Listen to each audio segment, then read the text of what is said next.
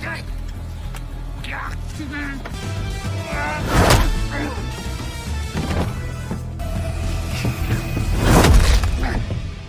ုရီးယားဝမ်ပတ်မန်မဒုံစော့ဟာမူရစ်ဆေးရောင်းတာကိုရဲတွေမိသွားလို့ပြေးနေတဲ့ကောင်လေးရဲ့ဆိုင်ကယ်ကိုဖမ်းဆွဲထားလိုက်ပါတယ်။ကျန်နေတဲ့မူရစ်ရာဇာလေးတွေကိုဖမ်းဖို့အပေါ်ထက်ကိုတက်သွားခဲ့တဲ့အခါမူရစ်ဆေးရောင်းဝယ်သူတွေဟာရဲလာတာကိုမြင်ပြီးတက်သေးတွေဖြောက်နေပြီးမို့မဒုံစော့ဟာသူ့ရဲ့ဘလူးအားကြီးနဲ့တကားကိုဖြတ်ပြီးဝင်လာကအားပြင်းလာတဲ့လက်သီးချက်တွေနဲ့ကျွေးပါတော့တယ်။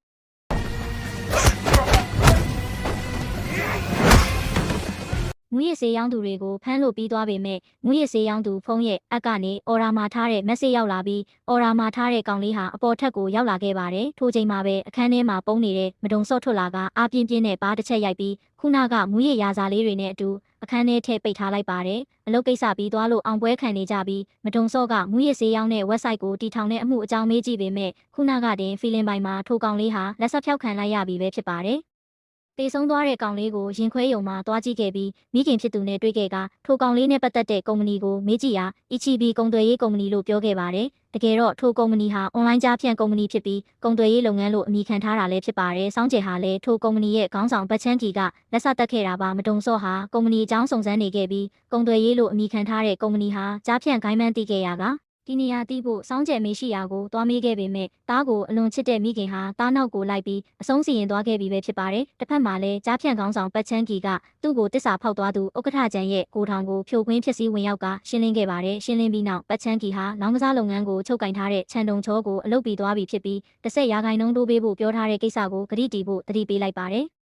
မဒုံစော့ဟာလည်းကြားဖြန့်ကုမ္ပဏီရဲ့ဒီနေရာကို website ကတဆင့်ရှာကြည့်ပေမဲ့သူတို့ရဲ့ data တွေဟာပြန်ဟက်ခံလိုက်ရပါတယ်။မဒုံစော့ကလက်မလျှော့သေးပဲအဖွဲ့တဲကိုစိုက်ဘာအဖွဲ့ဝင်2ယောက်ထပ်ထည့်ကာဒီနေရာကိုထောက်လန်းပါတော့တယ်။နောက်ဆုံးမှာတော့ကာစီနို website ကိုတွေးခဲ့ပေမဲ့ဒီနေရာကိုတော့ website ကိုညွှန်းပေးတဲ့လူရဲ့နာမည်နဲ့ IP ကိုထည့်ပေးမှပဲဝင်လို့ရတာဖြစ်နေခဲ့ပါတယ်။အဲနောက်မှာတော့မဒုံစော့ဟာအီဆူးကိုင်းရဲ့ခေါင်းဆောင်ဟောင်းဖြစ်တဲ့ကျန်းအီဆူးနဲ့တွားတွေ့ပါတယ်။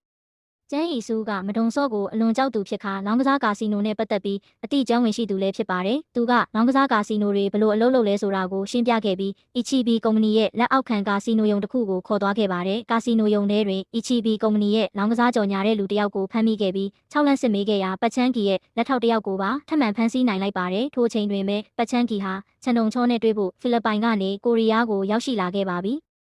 ပတ်ချန်းကီကခြံတုံချောနဲ့တွားရောက်တွေ့ဆုံခဲ့ပြီးလုပ်ငန်းခွဲပေးဖို့ပြောပေမဲ့ခြံတုံချောကမခွဲပေးပဲလုပ်ငန်းတိုးချဲ့ဖို့သဘောတူလိုက်ကြပါတယ်။မဒုံစော့ဟာပတ်ချန်းကီရဲ့လက်ထောက်ဖြစ်သူကိုစစ်မေးနေချိန်ပတ်ချန်းကီရှိကိုခြံတုံချောရဲ့ဖုန်းဝင်လာခဲ့ကလက်ထောက်ဖြစ်သူချွဲယူဆောင်တယောက်ဖမ်းခံထားရပြီဖြစ်ကြောင်းအသိပေးလိုက်ပါတယ်။ထိုအချိန်မှာပဲပတ်ချန်းကီဟာရဲစခန်းအထိလိုက်သွားခဲ့ပြီးချွဲယူဆောင်ကိုအပြက်ရှင်းလိုက်ပါတော့တယ်။ခြံတုံချောကထိုအကြောင်းကိုတီးလိုက်ရကနှောင်တစ်ချိန်မှာသူ့နောက်ကျောကိုဓာတ်ထိုးခံရမှာကြောက်ပြီးရဲတွေသူတို့ကိုချိကပ်လာတဲ့အချိန်ကျအပြစ်တွေအကုန်ပတ်ချန်းကီအပေါ်ပုံချကရှင်းလင်းဖို့လုပ်ငန်းဥက္ကဋ္ဌနဲ့တိုင်ပင်ခဲ့ကြပါတယ်။နောက်နေ့မှာတော့အမှုရှာဖွေရေးအဖွဲ့တွေကကိုကျယ်ရော့ရဲ့တေဆုံးပြီးသားရုပ်အလောင်းကိုတွေးခဲ့ရာရင်ခွဲယုံတွင်စစ်ဆေးကြည့်တော့ဖိလစ်ပိုင်မှာတေဆုံးသွားတဲ့ကောင်လေးနဲ့တေဆုံးပုံချင်းတူနေခဲ့တာကြောင့်တပ်ဖြတ်သူဟာတယောက်တည်းမှမဒုံစော့တို့ကသိခဲ့ရပါတယ်။တေဆုံးသူကိုကျယ်ရော့ရဲ့ကိုရေးချက်လက်တွေအရသူမသေးခင်မှာကုမ္ပဏီတော်တော်များများကိုတွားထားတာကိုတွေးခဲ့ရတာကြောင့်ထိုကုမ္ပဏီတွေတဲကမှခြံတုံချောရဲ့ကုမ္ပဏီပါတီကိုတွားရောက်ခဲ့ကြပါတယ်။ပါတီအသွားတွင်ပတ်ချန်းကီနဲ့တွေ့ဆုံခဲ့ပြီးမဒုံစော့ကသူ့နားကလူကဟာသူတို့လိုက်နေတဲ့လူသက်သမားပတ်ချန်းကီမှန်းမသိသေးပါဘူး။မတင်ကားလို့လိုက်ကြည့်ရမှလူသက်သမားတွေဟာသူတို့ကစုံထောက်တွေမှန်းသိသွားပြီးပြန်လည်ခုခံခဲ့ကြပါတယ်။ပြန်လည်ခုခံနေချိန်ပတ်ချန်းကီကကောင်မလေးတယောက်ကိုပါဓာတ်နဲ့ထိုးကထွက်ပြေးသွားခဲ့ပြီးသူတို့တွေကတယောက်ကိုတော့မဒုံစော့တို့ကဖမ်းမိလိုက်ပါတယ်ထိုလူရဲ့ကိုရေးချက်လက်တွေကိုစစ်ကြည့်ရာစစ်အထူးကြေးစားစစ်တပ်ထွက်တွေဖြစ်ပြီးတော့အရက်သားနေနေစစ်သားနေနေမခွဲကြပဲထိခိုက်သေးဆုံးစေကတက်သေးကထွက်လာသူတွေလည်းဖြစ်ပါတယ်ထူးဆန်းတာကသူတို့ထွက်လာချိန်နဲ့ဝမ်းကျဲကာစီနိုပေါ်လာချိန်ကတူနေတာကြောင့် ECB ကုမ္ပဏီရဲ့ခေါင်းဆောင်တွေမှန်းရိပ်မိလိုက်ပါတယ်မဒုံစော့တို့ကပတ်ချန်းကီကိုလိုက်ရှာဖို့ထွက်လာခဲ့ကြပြီးတစ်ဖက်မှာလည်းခြံတုံချောကပတ်ချန်းကီကိုသူ့လူတွေလွတ်ကအပြက်ရှင်းခိုင်းလိုက်ပေမဲ့သူ့လူတွေပဲပြန်ရှင်းခံလိုက်ရပါတယ်ခြံတုံချောဟာသူလွတ်လိုက်တဲ့လူတွေတဲကသူမှတစ္ဆာဖောက်တာခံရပြီးပတ်ချန်းကီနဲ့ပူပေါင်းကခြံတုံချောရဲ့မန်နေဂျာကီကိုမေးပြီးလက်ပွေနှိပ်ဖို့လက်ကိုဖြတ်ကာတက်လိုက်ကြပါတယ်တစ်ဖက်မှာလည်းမဒုံစော့တို့ကကျန်းအီဆူကိုနောက်တစ်ခါအကူအညီတောင်းရာညှင်းဆိုနေတာကြောင့်FDA ရဲ့ဒူရဲအုပ်ရာထူးပေးကဖိလစ်ပိုင်ကိုတွားရောက်ခဲ့ကြပြီး ECB ကုမ္ပဏီကတတိထားမိလာအောင်ကာစီနိုဝိုင်းကိုသူတို့ area အတွင်းအပြိုင်ဖွင့်ခဲ့ပါတယ်။ပြိုင်ဘက်ကာစီနိုကတတိထားမိသွားကနေမကျော်လာရင်တတိပေးရှင်းလင်းဖို့ရောက်လာခဲ့ကြပါပြီ။ထိုအချိန်မှာပဲကျန်းအီဆူအီဆောင်တဲ့ရဲတပ်ဖွဲ့ဟာ ECB ကုမ္ပဏီရဲ့ကာစီနိုဂိုင်းဝင်တွေကိုဖြိုခွင်းဖမ်းဆီးနိုင်ခဲ့ပါတယ်။ ကိုရီးယားမှာတော့မဒုံစော့ဦးဆောင်တဲ့ရဲတပ်ဖွဲ့ကချန်တုံချောရဲ့တစ္ဆာဖောက်ကွမ်ကျဲဟီရိုကိုဖမ်းဆီးနိုင်ခဲ့ပြီးပတ်ချန်းကီကတော့လေစိတ်ကိုထွက်ပြေးကလေရင်ပေါ်ရောက်သွားခဲ့ပါပြီထိုအချိန်မှာပဲမဒုံစော့ဟာလေရင်မထွက်ခွာခင်အချိန်မိရောက်လာခဲ့ပြီးလေရင်မဲကိုအချိန်ဘယ်လောက်ရမလဲမေးကြည့်တော့9မိနစ်ပါတဲ့မဒုံစော့ဟာအဲ့ချိန်ကသူ့အတွက်လုံလောက်တယ်ပြောကသွေးအေးလူသက်သမားပတ်ချန်းကီနဲ့ဝမ်ပတ်မန်မဒုံစော့တို့တွေ့ကြပါတော့တယ်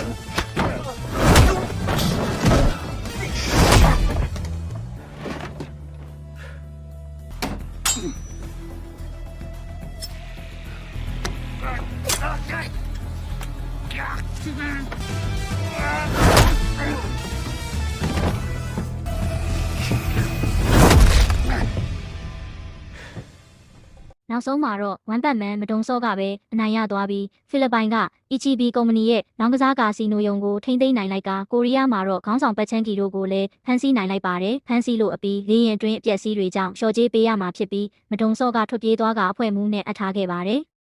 မဒုံစော့ဟာဇလန်းအစတွင်ဖိလစ်ပိုင်မှာဆုံးသွားတဲ့ကောင်လေးနဲ့ကောင်လေးနောက်လိုက်သွားခဲ့တဲ့အမေဖြစ်သူတို့ကိုအလေးပြုနေပြီးကျန်းအီဆူကတော့ Porsche ကားကြီးစီကမြို့ပတ်နေခဲ့ပါတယ်မြို့ထဲတွင်ရင်ထင်းရဲတွေနဲ့တွေ့ကသူဟာ FDA ရဲ့ဒူရဲအုပ်ဖြစ်ကြောင်းတစိတ်ကိုထုတ်ပြပေးမဲ့တစိတ်ဟာအတူကြီးဖြစ်နေပြီးမဒုံစော့ကိုဖုန်းခေါ်ကနှမ်းဆဲပါတော့တယ်ဇလန်းလေးကိုကြိုက်နှစ်သက်ရင် subscribe လုပ်ပေးထားကြပါအောင်ရှင့်ကြိုက်နှစ်သက်ရာစကားလေးတွေရှိရင်လည်း comment မှာမှန်းခဲ့ပါအောင်နော်